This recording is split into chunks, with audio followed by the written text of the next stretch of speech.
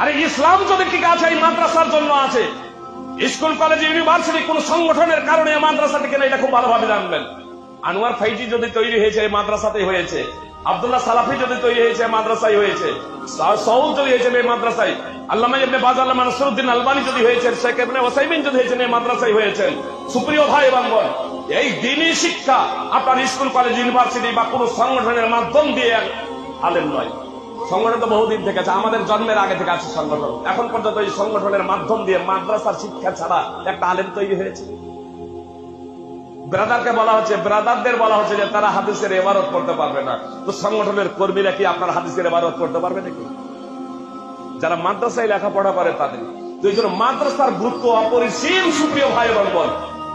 তাহলে সাথে সাথে আমি এই কথাও বলতে চাই যে মাদ্রাসার কমিটি এবং শিক্ষক যারা আছেন, আপনারা ইসলামকে বাস্তবায়নের জন্য লোকজনকে কি বলছে এটা নয়, পুরো পবিত্র কোরআন এবং সুন্নাহকে বাস্তবায়িত করার জন্য।